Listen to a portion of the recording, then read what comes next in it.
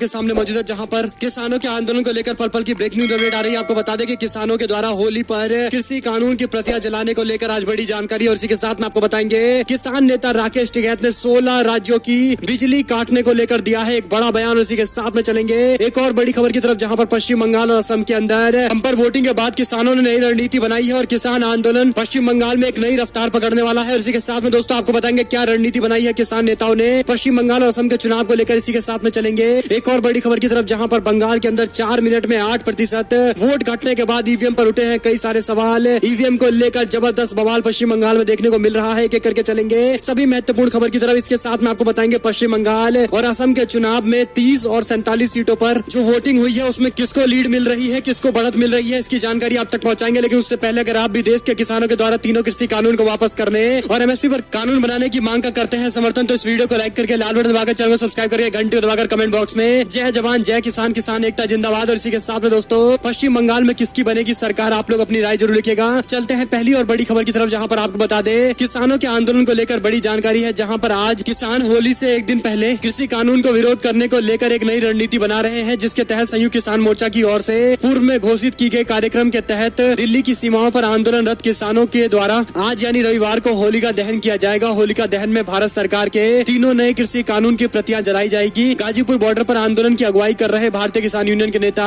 राकेश टिकैत भी मौजूद रहेंगे। और इसी के साथ में राकेश टिकैत ने किसानों से आह्वान किया है कि जो किसान जहां पर भी है रविवार को यानी आज होलिका दहन के कार्यक्रम में शामिल हो और ऐसे में कृषि कानून की प्रतियां जलाकर अपना संदेश स्पष्ट करे। आपको बता दें कि सोमवार को यानी कल होने वाली है देश भर के अंदर रैली, और ऐसे में किसानों ने फैसला लिया है कि इस बार होली नहीं मनाएंगे। किसान उस दिन अपने खेतों के मट्टी का टीका लगाएंगे और इसी के साथ में एक दूसरे के साथ इस तरह से मनाएंगे रैली। आपको बता दें कि किसानों का कहना है कि तीनों कृषि कानून को वापस नहीं हुए तो अगली दिवाली भी यूपी गेट पर ही मनेगी। भारतीय किसान यूनियन के नेता राकेश टिकैत ने किसानों से अपील की है कि वह अपने गांव में होलिका दहन के कार्यक्रम में कृषि कानून की प्रतियां जलाएं। और ऐसे में चलते हैं एक और बड़ी अपडेट की तरफ, जिसमें राकेश टिकैत ने कहा है कि जब भी कोई पार्टी विधानसभा या लोकसभा के अंदर पूर्ण बहुमत पा लेती है तो वो तानाशाही पर उतर जाती है, अपना व्यवहार बदल देती है। राजस्थान के दौसा के अंदर किसान महापंचायत को संबोधित करते हुए राकेश टिकैत ने सरकार को सीधे अपने निशाने पर लेते हुए चेतावनी दी है। उन्होंने कहा कि किसानों की मांगे नहीं मानी गई तो 16 राज्यों की बिजली कट जाएगी। भरतपुर के अंदर किसानों के आंदोलन के दौरान उन्होंने कहा कि हमारा आंदोलन अभी भी जारी रहेगा और तब तक चलता रहेगा जब तक मांगे नहीं मानी जाएगी। उन्होंने कहा कि अगर किसानों के प्रदर्शन स्थल पर बिजली काटी गई तो देश भर के अंदर 16 राज्यों के अंदर बिजली लाइन कट जाएगी। यानी कुल मिलाकर उन्होंने केंद्र सरकार को चेतावनी देते हुए स्पष्ट कर दिया है कि आंदोलन स्थल पर बिजली नहीं कटनी चाहिए। और एक और जानकारी की माने तो उन्होंने कहा कि इस समय देश में सरकार नहीं बची है, केंद्र में कोई सरकार नहीं है, देश में व्यापारी का शासन चल रहा है, व्यापारी इस देश को चला रहे हैं, देश की संस्थानों को बेच रहे हैं। टिकैत ने कहा कि देश की जनता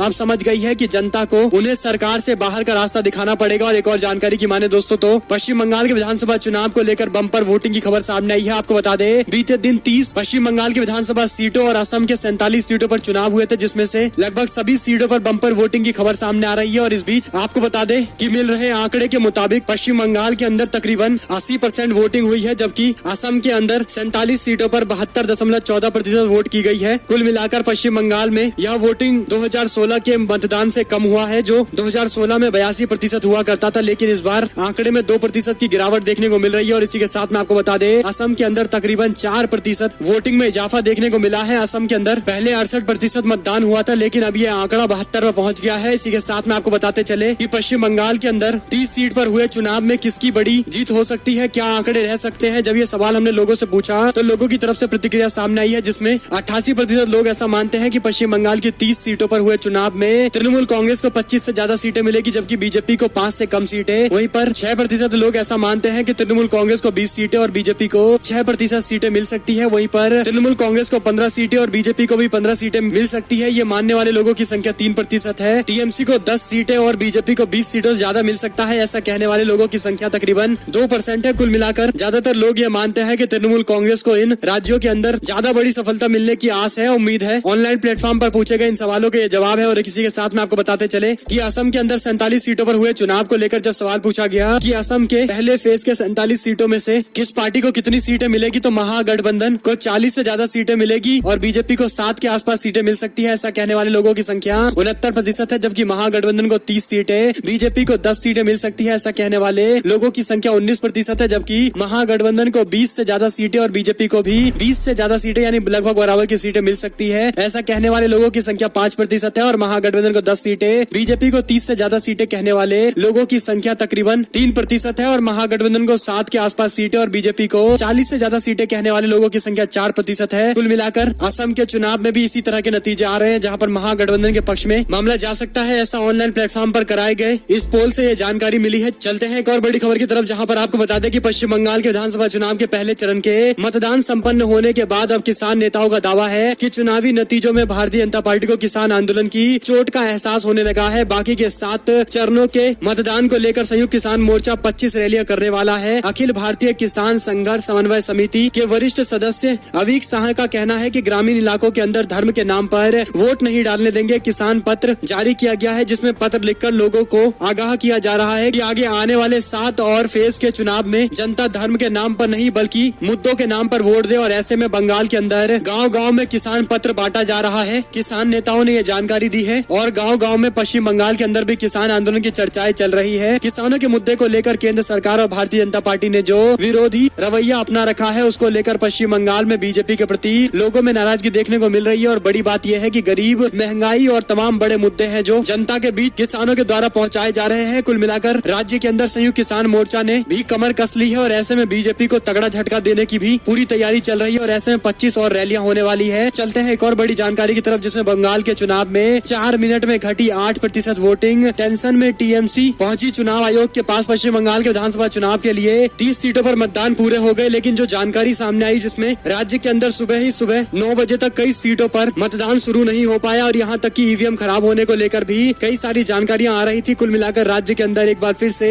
ईवीएम को लेकर टीएमसी ने अपना विरोध जाहिर कर दिया है और इलेक्शन कमीशन में जाकर इसकी जानकारी देते हुए अपना विरोध भी जताया है। आपको बता दें कि तृणमूल कांग्रेस ने दावा किया है कि 4 मिनट के अंदर 8% वोटिंग में गिरावट देखने को मिली। टेंशन में टीएमसी ने चुनाव आयोग में जाकर ये रिपोर्ट की है। टीएमसी के सांसद डेरेक ओब्रायन के बयान के मुताबिक कांठी दक्षिण और कांठी उत्तर के मतदान केंद्रों पर 9:13 पर मतदान प्रतिशत 18.47% था और 18.95% था, लेकिन 4 मिनट के बाद वोटिंग प्रतिशत केवल 10 और 9 बचे। टीएमसी नेताओं ने इस मामले को लेकर इलेक्शन कमीशन को पूरी जानकारी दे दी है और इस पूरे मामले पर संज्ञान लेने के लिए कहा है। इसके अलावा बंगाल के भवानीपुर विधानसभा क्षेत्र के पोलिंग बूथ पर भी फायरिंग की खबर सामने आई और इसी के साथ में टीएमसी का आरोप है कि बीजेपी कार्यकर्ताओं ने मिदनापुर के अंदर कई पोलिंग बूथ पर कब्जा किया था। और इसी के साथ में चलते हैं एक और बड़ी अपडेट की तरफ, जहां पर किसानों के आंदोलन को लेकर कृषि मंत्री नरेंद्र सिंह तोमर से एक बार फिर से सवाल पूछा गया। उन्होंने एक बार फिर से वही अपना पुराना जवाब दोहरा दिया। नरेंद्र सिंह तोमर से किसानों के आंदोलन को लेकर एक बार फिर से जब सवाल पूछा गया तो उन्होंने कहा कि 4 महीने से आंदोलन कर रहे किसान नेता जिस दिन चाहेंगे उस दिन रास्ता निकल जाएगा, उसी दिन समस्या का समाधान हो जाएगा। चलते हैं एक और बड़ी खबर की तरफ, जिसमें दोस्तों भारतीय जनता पार्टी के नेताओं को जमकर किसानों के विरोध का सामना करना पड़ रहा है और ऐसी ही जानकारी है जिसमें पंजाब के अंदर बीजेपी के विधायकों के साथ आंदोलन कर रहे किसानों ने जमकर हाथापाई की है और इस दौरान भारतीय जनता पार्टी के विधायक के कपड़े तक फाड़ दिए गए। कृषि कानून के खिलाफ संघर्ष के चलते राज्य के अंदर बीजेपी नेताओं का किसानों की तरफ से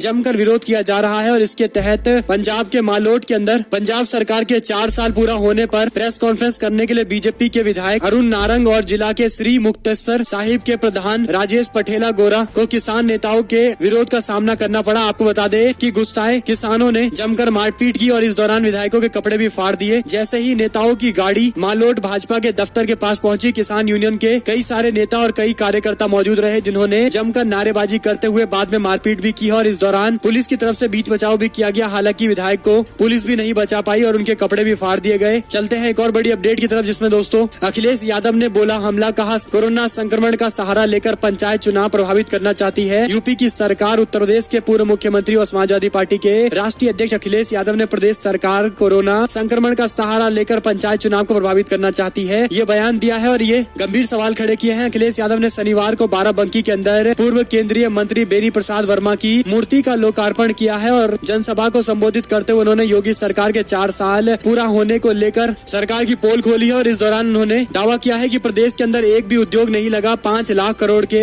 MOU साइन किए गए लेकिन जमीन पर एक भी रुपए का काम नहीं उतारा गया। इसी के साथ में योगी सरकार गरीब, पिछड़ों, किसानों व बेरोजगारों के हक पर डाका डाल रही है। सभी सरकारी संस्थानों को कंपनियां बनाया जा रहा है, इससे आरक्षण नहीं मिलेगा। किसानों की कृषि योग्य भूमि चली जाएगी और उद्योगपतियों के हाथ में चली जाएगी। जिसके बाद समाजवादी पार्टी के नेता अखिलेश यादव ने 2022 में सपा सरकार बनने का दावा किया है। चलते हैं एक और बड़ी खबर की तरफ, जहां पर दोस्तों आरजेडी ने तय किया है कि तेजस्वी यादव और तेज प्रताप यादव के खिलाफ जो हत्या के प्रयास का मुकदमा दायर किया गया है उसे वापस नहीं लिया जाएगा। और इसी के साथ में आरजेडी ने ऐलान किया है कि होली के बाद एक बड़ा आंदोलन खड़ा करेंगे। 23 मार्च को आरजेडी की ओर से प्रदर्शन में हुए पथराव के बीच में तेजस्वी और तेज प्रताप यादव समेत 22 लोगों को नामजद बनाया गया है। इसमें कई तरह के संगीन धाराओं के अलावा 307 यानी हत्या के प्रयास का मुकदमा भी दायर किया गया है। इन गैर जमानती धाराओं में कोर्ट से ही जमानत मिल सकती है। इसको लेकर 26 मार्च को महागठबंधन के नेताओं की बैठक राबड़ी आवास पर हुई, जहां पर आरजेडी के वरिष्ठ नेता श्याम रजक ने भास्कर को बताया है कि तेजस्वी यादव सहित पार्टी के और भी बड़े नेता मौजूद रहे, जिसमें जगदानंद सिंह, अब्दुल बारी सिद्दीकी और कई सारे वे नेता मौजूद थे, जिन सभी पर मुकदमा दायर किया गया है। लेकिन वे कोर्ट में जमानत नहीं कराएंगे और इसी के साथ में सरकार उन्हें गिरफ्तार करके जेल भेज दे। महागठबंधन के बैठक में ये तय हुआ है। चलते हैं एक और बड़ी खबर की तरफ, जहां पर महाराष्ट्र के अंदर उद्धव सरकार में कलह, कांग्रेस पार्टी बोली। शरद पवार के प्रवक्ता बन गए हैं संजय राउत।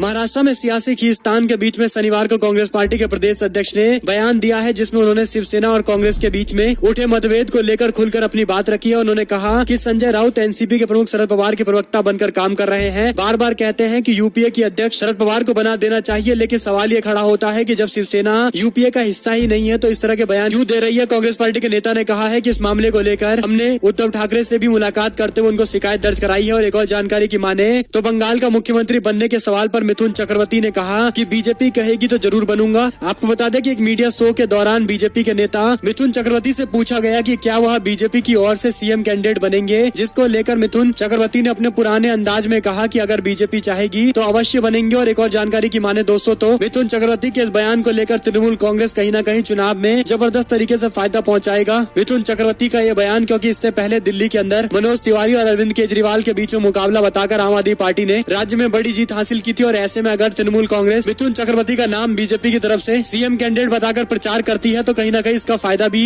टीएमसी को मिल सकता है। और एक और जानकारी की माने दोस्तों तो उत्तर प्रदेश के अधिकारी अमिताभ ठाकुर हाईकोर्ट पहुंचे हैं, जहां पर उन्हें जबरन वीआरएस दिए जाने को उन्होंने चुनौती दी है। उन्होंने अपने घर के सामने नेम प्लेट पर जबरिया रिटायर्ड आईपीएस अधिकारी लिखवाया था, जिसके बाद सोशल मीडिया पर उनकी तस्वीरें भी वायरल हुई थी। और अभी अपडेट है जहां पर हाईकोर्ट की तरफ रुख करने वाले हैं और सरकार के फैसले को चुनौती दे रहे हैं अमिताभ ठाकुर। चलते हैं एक और बड़ी जानकारी की तरफ, जहां पर खेमा राम को टिकट दिए जाने को लेकर बीजेपी में उठे सवाल। दरअसल दोस्तों राजस्थान के 3 सीटों पर विधानसभा चुनाव के लिए 17 अप्रैल की तारीख आने के बाद बीजेपी ने अपने प्रत्याशियों की घोषणा कर दी है। लेकिन इसमें से 2 सीटें ऐसी है जहां पर पार्टी ने पूर्व विधायक पर ही भरोसा जताया है। बीजेपी ने सहाड़ा से रतनलाल जाट और सुजानगढ़ से खेमाराम मेघवाल को प्रत्याशी बनाया है। लेकिन पार्टी के भीतर ही चर्चा इस बात की हो रही है कि ये चेहरे पार्टी को जीत दिलाने में कितना सक्षम है। आपको बता दें कि बीजेपी ने चुनावी चौसर के सहारे जो मोहरे तय किए हैं, इनमें से 3 सीटों पर उम्मीदवार उतारे गए हैं। 2 पर ज्यादा चर्चा नहीं है, लेकिन एक जो सीट है जिस पर खेमाराम मेघवाल चुनाव लड़ रहे हैं, वहाँ पर काफी ज्यादा चर्चा है। और ऐसे में बीजेपी के अंदर से भी कई सारे सवाल खड़े हो रहे हैं कि आखिर उनको टिकट क्यों दिया गया है। यानी बीजेपी के नेता भी मानते हैं कि वह एक अच्छे दावेदार नहीं है। इसी के साथ में आपको बता दें कि तमिलनाडु के अंदर केंद्रीय मंत्री स्मृति ईरानी बीजेपी कार्यकर्ताओं के बीच में जाकर डांडिया खेल रही थी, जिसके बाद लोगों ने सवाल पूछा कि क्या अब आपको तेल और पेट्रोल और डीजल के दाम और गैस के दाम याद नहीं है। मंत्री जी से सवाल पूछते हुए लोगों ने कहा कि आप बीजेपी कार्यकर्ताओं के साथ डांडिया खेल रही हैं, लेकिन देश में बढ़ते पेट्रोल और डीजल के दामों के साथ साथ गैस के दाम को लेकर आपको कोई चिंता नहीं है। जो पहले सिलेंडर लेकर प्रदर्शन करती थी, आज की माला पहनकर प्रदर्शन किया जाता था। यानी जनता की तरफ से सवाल अभी भी लगातार पूछे जा रहे हैं। चलते हैं एक और बड़ी जानकारी की तरफ, जिसमें राजस्थान के उपचुनाव को लेकर कांग्रेस पार्टी ने भी 3 सीटों पर अपने उम्मीदवारों की घोषणा कर दी है। 17 अप्रैल को चुनाव होने वाला है। कांग्रेस पार्टी की तरफ से पार्टी ने सहाड़ा सीट से गायत्री देवी और सुजानगढ़ से मनोज कुमार मेघवाल और राजसमंद सीट पर तनसुख बोरा को चुनावी मैदान में उतारा है। और इसी के साथ में आपको बताते चले कि पश्चिम बंगाल के अंदर ममता बनर्जी ने महिलाओं से कहा कि बीजेपी के बाहरी गुंडे का मुकाबला करने के लिए करची से करे मुकाबला। और इसी के साथ में पश्चिम बंगाल में मुख्यमंत्री ममता बनर्जी ने बीजेपी पर बाहर से गुंडे लाने और लोगों को वोट देने से रोकने का आरोप लगाया है। ममता बनर्जी ने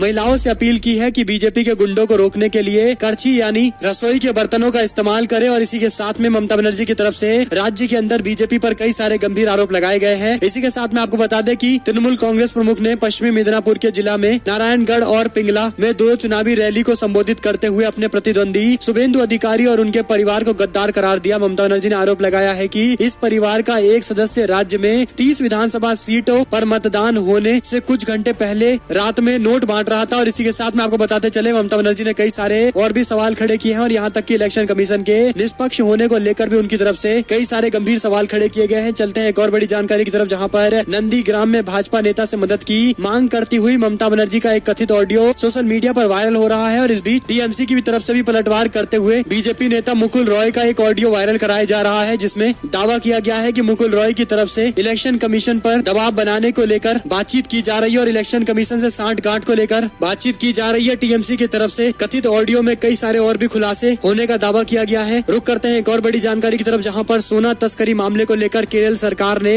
ईडी के खिलाफ न्यायिक जांच का आदेश दिया है। सोना तस्करी मामले को लेकर दो प्रमुख आरोपियों ने आरोप लगाया कि प्रवर्तन निदेशालय के अधिकारियों ने उन्हें केरल के मुख्यमंत्री पिनराई विजयन के खिलाफ बयान देने के लिए मजबूर किया। यह न्यायिक जांच इन्हीं आरोपों की जांच के लिए है। हालांकि ईडी ने इन आरोपों का खंडन किया है। आपको बता दें कि प्रवर्तन निदेशालय के कुछ अधिकारियों के खिलाफ अपराध शाखा के प्राथमिकी दर्ज करने के कुछ दिनों के बाद केरल के अंदर वाम मोर्चा सरकार ने ईडी समेत केंद्रीय जांच एजेंसियों के खिलाफ न्यायिक जांच की सिफारिश करने का शुक्रवार को फैसला लिया है। ईडी सोना और डॉलर की तस्करी के मामले की जांच कर रही है। इसी के साथ में आपको बता दें कि केरल के मुख्यमंत्री पिनराई विजयन को लेकर कई सारे सवाल खड़े हुए थे और इन सवालों पर कई सारे डिबेट हो रहे थे और आखिरकार केरल के मुख्यमंत्री से सवाल भी पूछे जा रहे थे, लेकिन ईडी के अधिकारियों की तरफ से दबाव बनाकर मुख्यमंत्री का नाम लेने के लिए दबाव बनाया गया। ऐसा बताने वाले कई लोगों ने सनसनीखेज खुलासा कर दिया है, जिसके बाद राज्य के अंदर पिनराई विजयन सरकार की तरफ से न्यायिक जांच को लेकर पूरी तैयारी कर ली गई है। यानी आप समझ सकते हैं कि राज्य के अंदर सोना तस्करी वाला कितना बड़ा मामला है। यहाँ तक कि पिनराई विजयन तक ये मामला पहुँच गया। हालांकि इस पूरे मामले को लेकर राजनीति जारी है और ऐसे में बीजेपी पर कई सारे गंभीर सवाल खड़े हो रहे हैं और ईडी का इस्तेमाल करने को लेकर भी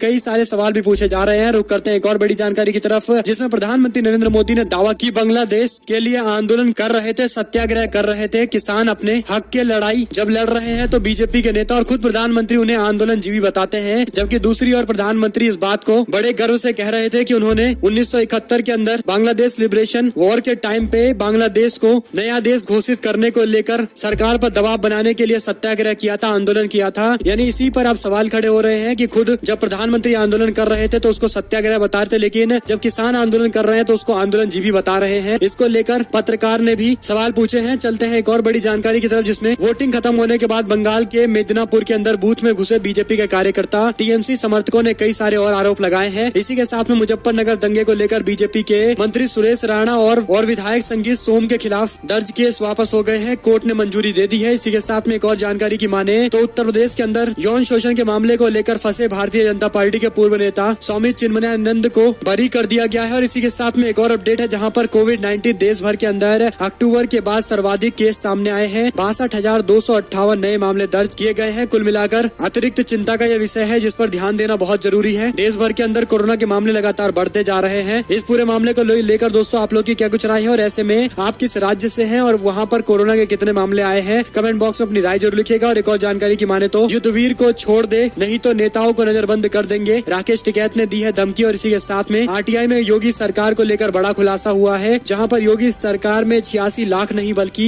45 लाख किसानों का ही कर्ज माफ हुआ है। योगी सरकार का दावा है कि 4 साल में 86 लाख किसानों का कर्ज माफ किया गया है, जबकि आरटीआई में सवाल पूछा गया तो 2017 से लेकर 2020 के बीच में 45 लाख किसानों का ही कर्ज माफ हुआ है। यानी योगी सरकार के आंकड़े चुनाव प्रचार प्रसार में अलग दिखाई देते हैं और लेकिन आरटीआई लगाने के बाद कुछ और आंकड़े सामने आ रहे हैं। यानी राज्य सरकार को लेकर कई सारे सवाल खड़े होने पूरी तरह से लाजमी है। आपको बता दें कि पश्चिम बंगाल और असम के साथ साथ 5 राज्यों के चुनाव के बाद अगला माहौल उत्तर प्रदेश का ही है और ऐसे में उत्तर प्रदेश सरकार के आंकड़ों में इतना बड़ा झोल राज्य सरकार के लिए आगे आने वाले दिनों के अंदर भी समस्याएं खड़ी कर देगा। और एक और जानकारी की माने तो असम के अंदर बीजेपी पर बरसे कन्हैया कुमार। कहा प्रधानमंत्री मोदी के सत्याग्रह वाले बयान पर टिप्पणी देते हुए उन्होंने कहा कि प्रधानमंत्री सबसे बड़ा झूठ बोलते हैं। बांग्लादेश की यात्रा पर प्रधानमंत्री ने जो बयान दिया है वह झूठ है। इसी के साथ में 1 अप्रैल से अन्य राज्यों से गुजरात में आने वाले कोविड नेगेटिव साबित करना होगा। RT-PCR रिपोर्ट दिखाकर ही एंट्री मिलने वाली है। और इसी के साथ में सारी बड़ी अपडेट आज जिसकी जानकारी हमने आप तक पहुंचाई है। अगर दोस्तों आपको एक भी खबर अच्छी लगी हो तो इस वीडियो को लाइक करिएगा, लाल बटन दबाइए, चैनल को सब्सक्राइब करिए, घंटी दबाइए और कमेंट बॉक्स में जय जवान जय किसान, किसान एकता जिंदाबाद जरूर लिखिएगा। आप लोग देख रहे थे आपको अपना चैनल जय हिंद जय भारत वंदे मातरम।